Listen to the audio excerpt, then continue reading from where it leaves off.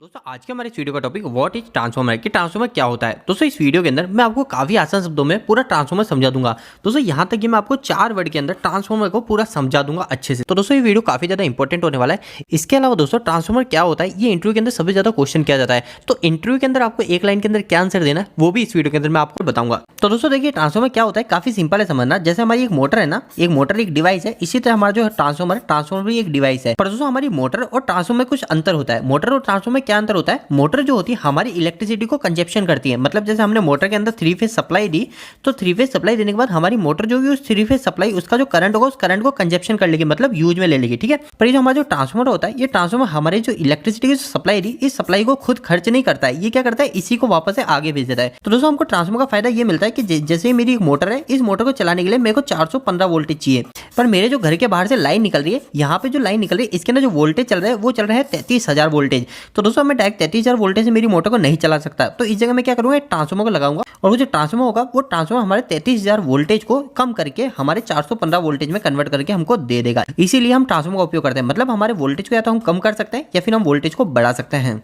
इसके अलावा दोस्तों हमारे ट्रांसफॉर्मर कई प्रकार के आते हैं, इसके ऊपर मैंने ऑलरेडी वीडियो बना रखा है। कभी भी आपसे इंटरव्यू के अंदर पूछें तो एक चीज आप ध्यान रखिएगा, कभी भी इंटरव्यू में पूछा है तो आप डायरेक्ट आंसर ना दीजिएगा स्टेप डाउन ट्रांसफॉर्मर और स्टेप अप ट्रांसफॉर्मर, ये बिल्कुल गलत है और आपका इंप्रेशन काफी खराब बनेगा। इसके ऊपर मैंने ऑलरेडी वीडियो बना रखा है, अगर आप वो वीडियो देखना चाहते हो इसी वीडियो के मैं एंड स्क्रीन सेशन में डाल दूंगा, आप वहां से वीडियो देख लीजिएगा कि ट्रांसफॉर्मर के कितने प्रकार होते हैं और इंटरव्यू के अंदर हमें क्या आंसर देना है। तो दोस्तों जैसे मैंने आपको स्टार्टिंग में समझाया था कि मैं सिर्फ आपको 4 वर्ड के अंदर पूरा ट्रांसफॉर्मर समझा दूंगा कि ट्रांसफॉर्मर कैसे काम करता है। तो दोस्तों वो 4 वर्ड पे आ जाते हैं। तो दोस्तों वो जो 4 वर्ड है वो 4 वर्ड मैंने यहाँ लिख दिए। अभी मैं आपको इसको अच्छे से समझा दूंगा। इसके पहले आप ये समझ लीजिए कि मैंने यहाँ पे एक डब्बा जो बनाया, ये डब्बा हमारे ट्रांसफॉर्मर के अंदर होता है। पर दोस्तों ये जो बॉक्स होता है, ये बॉक्स जो होता है ये हमारा आयरन का होता है और दोस्तों हम इसको बोलते हैं कोर, जो कि आयरन की बनी हुई होती है। तो दोस्तों जैसे हम उदाहरण समझ लेते हैं कि हमारे पास यहाँ पे है 11 केवी की लाइन, मतलब 11,000 वोल्टेज हमारे पास यहाँ पे है।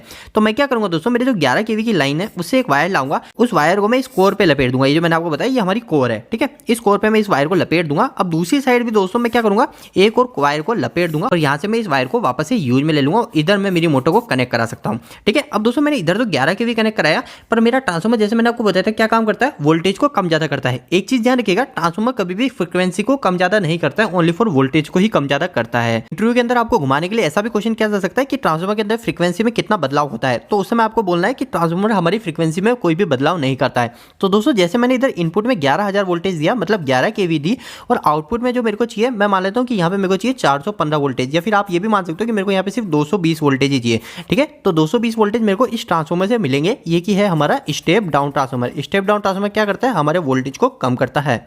तो दोस्तों अभी ट्रांसफॉर्मर की वर्किंग समझ लेते हैं इन 4 वर्ड से। सबसे पहली चीज दोस्तों यहाँ पे लिखा हुआ है वोल्टेज। तो दोस्तों हमने जो वायर लाए, इस वायर के अंदर हमारा कितना वोल्टेज है, 11,000 वोल्टेज। जैसे मैंने आपको कई वीडियो के अंदर बता रखा है कि वोल्टेज क्या होता है और करंट क्या होता है। इस वीडियो के अंदर मैं आपको बताता हूँ कि हमारा जो वोल्टेज होता है, ये वोल्टेज हमारे करंट को धक्का देने का काम करता है। मतलब वोल्टेज क्या है, एक तरह का फोर्स है, एक वायर है, इस वायर में से करंट कभी भी फ्लो नहीं हो सकती है। कब तक नहीं हो सकती है, जब तक मैं इस वायर के अंदर वोल्टेज कनेक्ट नहीं कराऊं। तो जैसे मैंने इस वोल्टेज को कनेक्ट कराया तो मेरी क्या होगी, इस वायर के अंदर से करंट भी फ्लो होने लग जाएगी। तो ये दोनों वर्ड आपको समझ में आ गए।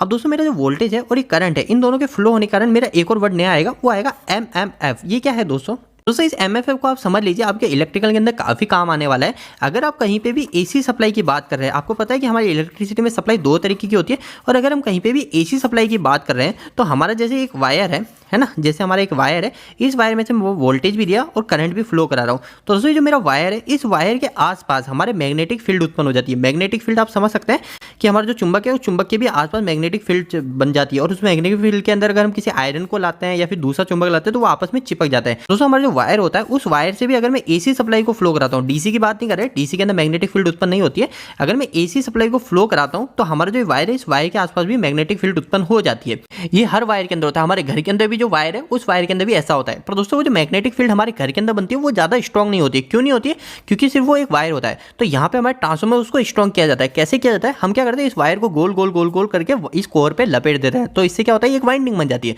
तो वाइंडिंग करने के कारण ये जो मैग्नेटिक फील्ड होती है काफी ज्यादा स्ट्रॉन्ग बन जाती है। दोस्तों ये जो मैग्नेटिक फील्ड बनती है, ये मैग्नेटिक फील्ड को ही हम एमएफएफ बोलते हैं, मतलब मैग्नेटोमोटिव फोर्स। आपको सिर्फ इतना ध्यान रखना है कि अगर मेरे किसी भी वायर में से करंट और वोल्टेज फ्लो होगी तो उस वायर के आसपास मैग्नेट उत्पन्न हो जाएगी, और इसी वायर को अगर मैं कॉइल में कन्वर्ट कर दूंगा तो ये जो मैग्नेट होगी, मैग्नेट काफी स्ट्रॉन्ग हो जाएगी। अब दोस्तों एक और वर्ड आ रहा है, ये फ्लक्स, और हमारा ट्रांसफॉर्मर पूरा क्लियर हो जाएगा। तो ये फ्लक्स क्या है दोस्तों, तो दोस्तों फ्लक्स काफी सिंपल है। जैसे इस जो मैग्नेटिक फील्ड है, इस मैग्नेटिक फील्ड के अंदर मैं किसी भी चीज को लाऊंगा, जैसे मैं एक आयरन को लाता हूं, तो ये जो हमारी जो मैग्नेटिक फील्ड होगी, ये मैग्नेटिक फील्ड इससे लिंक हो जाएगी, मतलब इससे कनेक्ट हो जाएगी, जुड़ जाएगी। इसी तरह है दोस्तों हमारे जो ट्रांसफार्मर की भी जो वाइंडिंग होती है उसके अंदर जो हमारा एमएमएफ उत्पन्न होता है, मैग्नेट उत्पन्न होता है, वो हमारे ट्रांसफार्मर के कोर से लिंक हो जाता है और इसी मैग्नेट के लिंक होने को ही हम फ्लक्स बोलते हैं।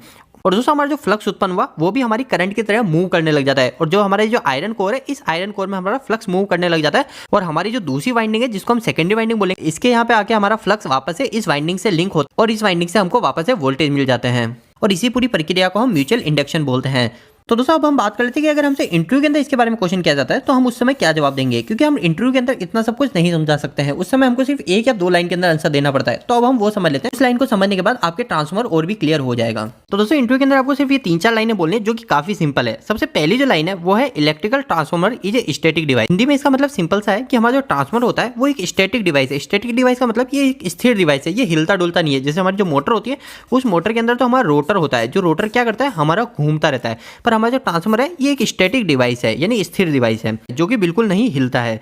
सेकंड लाइन है दोस्तों that convert electrical energy from one circuit to another circuit without any direct electrical connection. इसका मतलब सिंपल सा दोस्तों कि हमारा जो ट्रांसफार्मर होता है इस ट्रांसफार्मर के अंदर कोई भी डायरेक्ट इलेक्ट्रिकल कनेक्शन नहीं होता है। डायरेक्ट इलेक्ट्रिकल कनेक्शन का मतलब जैसे एक मेरा वायर है और ये दूसरा वायर है, ये दोनों वायर आपस में मैंने जोड़ दिए लाके, तो ये हो गया हमारा डायरेक्ट इलेक्ट्रिकल कनेक्शन। पर हमारा जो ट्रांसफार्मर होता है इस ट्रांसफार्मर के अंदर ऐसा कोई भी कनेक्शन नहीं होता है। हमारा ट्रांसफार्मर के अंदर जैसे मैंने आपको बताया हमारी मैग्नेटिक लाइन उत्पन्न होती है, फिर हमारा फ्लक्स बनता है और वो जो फ्लक्स है वो फ्लक्स ही हमारी दूसरी वाइंडिंग के अंदर करंट और वोल्टेज को ले जाता है। इसके अंदर भी यही लिखा है कि इसके अंदर कोई भी डायरेक्ट इलेक्ट्रिकल कनेक्शन नहीं होता है। इसके बाद तीसरी लाइन है transformer work on Faraday mutual induction. ये इंटरव्यू के अंदर आपसे पूछा जा सकता है कि हमारा ट्रांसफार्मर किस सिद्धांत पे कार्य करता है, तो उस समय हमको बोलना है ट्रांसफार्मर हमारे फैराडे के म्यूचुअल इंडक्शन पे काम करता है। तो दोस्तों फैराडे म्यूचुअल इंडक्शन का मतलब क्या है? फैराडे एक इंसान थे जिनका पूरा नाम था मिचेल फैराडे और उन्हीं ने इस सिस्टम की खोज करी थी, तो इसलिए हम बोलते हैं फैराडे के म्यूचुअल इंडक्शन पे हमारा ट्रांसफार्मर कार्य करता है। म्यूचुअल इंडक्शन क्या होता है? जैसे मैंने आपको बताया था कि ये जो पूरा सिस्टम होता है मैग्नेट बनना फिर फ्लक्स बनना और उस फ्लक्स के कारण दूसरी वाइंडिंग के अंदर हमारे वोल्टेज और करंट का मिलना, ये हमारा म्यूचुअल इंडक्शन कहलाता है। चलो दोस्तों अगर आपको इंप्रेशन और थोड़ा अच्छा बनाना है तो आपको सिर्फ एक छोटी सी और लाइन बोलनी है transformer is commonly used to increase और डिक्रीज वोल्टेज लेवल। मतलब कि हमारे ट्रांसफार्मर का हम अधिकतर उपयोग जो करते हैं वो हमारे वोल्टेज के लेवल को कम करने और ज़्यादा करने में करते हैं। तो दोस्तों उम्मीद है कि आज आपके ट्रांसफार्मर जुड़े काफी सारे सवालों के जवाब मिल गए होंगे। दोस्तों अगर आप कहीं पे इलेक्ट्रिकल या फिर मैकेनिकल फील्ड के अंदर पढ़ाई या फिर जॉब कर रहे हैं तो आपके लिए काफी महत्वपूर्ण सूचना है कि हमने एक वेबसाइट स्टार्ट करी जिसका नाम है www.engineeringdost.com।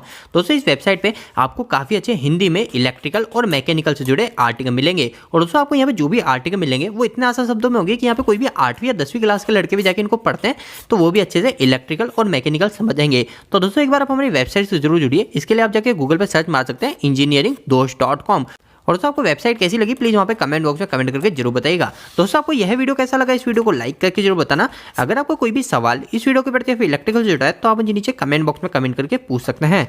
इलेक्ट्रिकल वीडियोस अगर आप हिंदी में देखना पसंद करते हैं आज हमारे चैनल को सब्सक्राइब कर लीजिए। आज के लिए इतना ही, धन्यवाद।